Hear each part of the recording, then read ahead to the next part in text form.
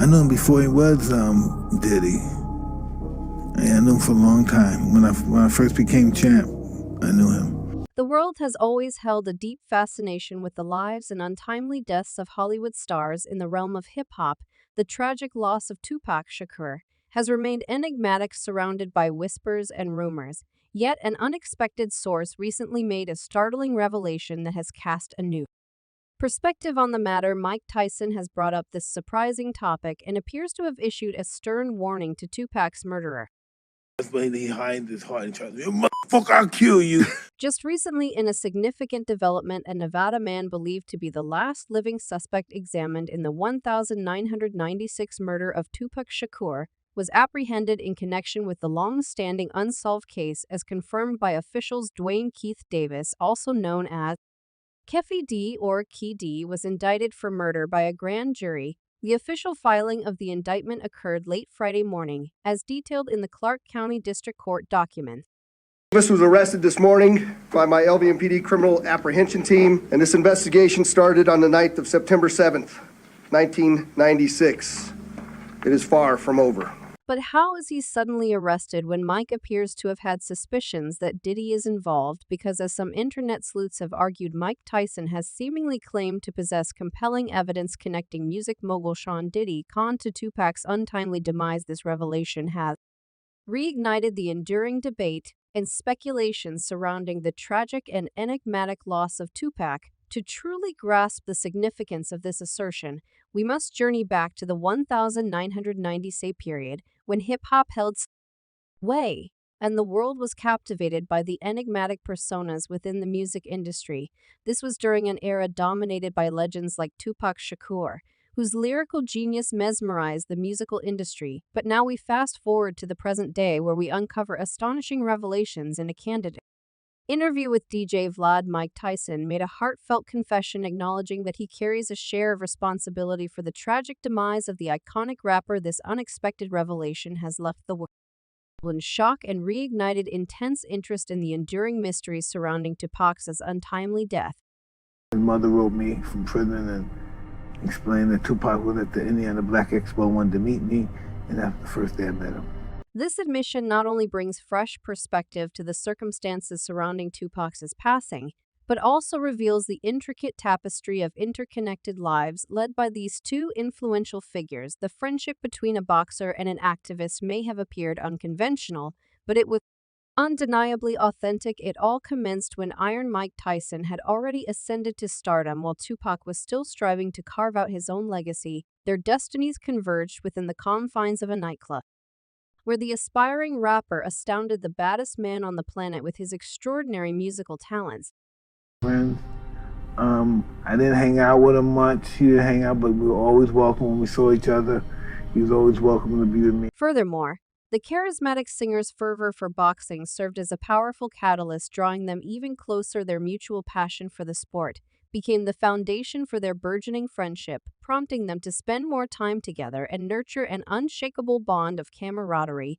I had got him to a club one night. I think it was one of Magic Johnson's parties, that when Magic them left, and everything in a recent Drink Champs interview hosted by DJ FN and Nori, which was released on Sunday, June 11. The Mike Tion candidly discussed his 1992 prison experience. During the interview, he recounted a truly astonishing encounter with the legendary West Coast artist that created quite a commotion during his visit. This memorable incident occurred at an after-party held at the Palladium on Sunset in California.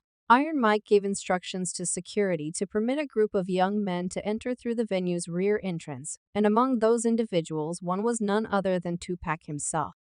Once he came into the visiting room, and there was all these hillbilly Hicksmerian guys. As soon as he came up, everybody started clapping. Tyson said they respected him soon as he came in the room. They started applauding. Prior to this revelation, on the Drink Champs interview, Mike Tyson had previously shared this intriguing story with DJ Wood alongside former NBA players Matt Barnes and Steven Jackson during an episode of his Hot Boxing podcast.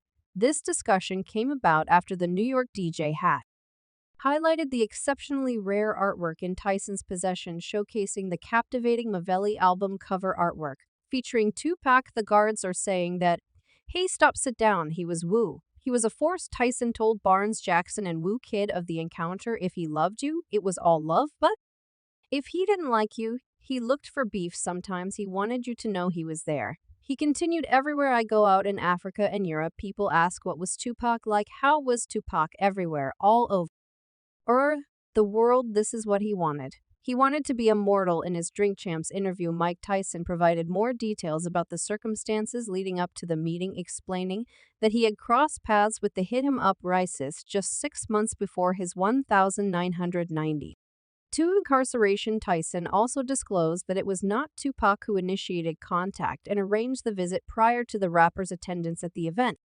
Where I go out like in Africa, Europe, how was Tupac? What was Tupac like? He even elaborated that Tupac wanted him to go to 622, but he insisted him to come to Las Vegas. I know who I am. I know what my element's about. He continued, this is just what happens in my world that was part of my world just because it was Tupac, and I was attached to it. It was different. Nas, who had a short-lived feud with Tupac, had intentions to meet the Dear Mama rapper in Las Vegas, as they had recently started to reconcile and put an end to their beef just a few days prior to Tupac's tragic passing. We both know we were supposed to continue that conversation and probably just squash the whole thing. I was scheduled to meet him in Vegas, the Queen's rapper previously revealed. In the days following that fight, it was indeed reported that Tupac Shakur had tragically been found dead.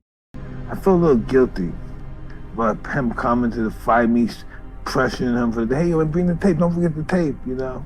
As Tyson was emerging from his own musical endeavors, he had plans to meet Tupac independently. However, tragically, that meeting couldn't materialize as Tupac passed away on that very day. I was at my house. I just had a brand new baby girl. I couldn't believe it. I told him, I am coming to see you. I get dressed. Then I had to go.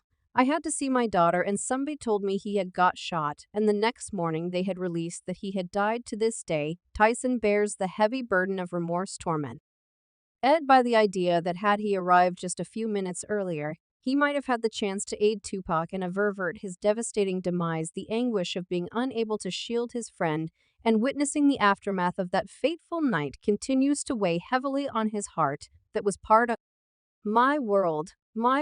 This happens, but just because it was Tupac and I was attached to it, it was different. It's a burden he carries with a heavy heart, yearning for the ability to turn back time and change the course of events. The recollections of their friendship and the deep connections they forged serve as an enduring reminder of what might have been in the profound influence Tupac's loss had on his life. Expect somebody to die after a fight or somebody get hurt, something crazy happen, but what it happened to him, it was different. On September 13, 1996, the world bid farewell to the iconic musician after a valiant struggle for his life. His untimely passing left an irreplaceable void in the hate hearts of countless fans, and the enigma shrouding his murder still remains unsolved, intensifying the enduring sorrow of his departure. As one of his devoted fans aptly put it, I think Peace was tired of fighting his whole life. All these people were out to hurt him, and most of those people were in his circle. The man couldn't find peace in his heart because no one truly loved him. They just wanted to take from him. That's why he honored loyalty so much, and it hurt him more when people betrayed him. I feel like he felt like he was all alone and couldn't trust anyone. RPAC, another one, added there was no conspiracy behind his tragic death. It's sad and unfortunate it happened, but he hung out with the wrong crowd and attacked a gang member, which cost him his life. He was not a bad person, but he had death coming to him every day. He lived. Their bond transcended the superficial, as both men had faced their share of hardships.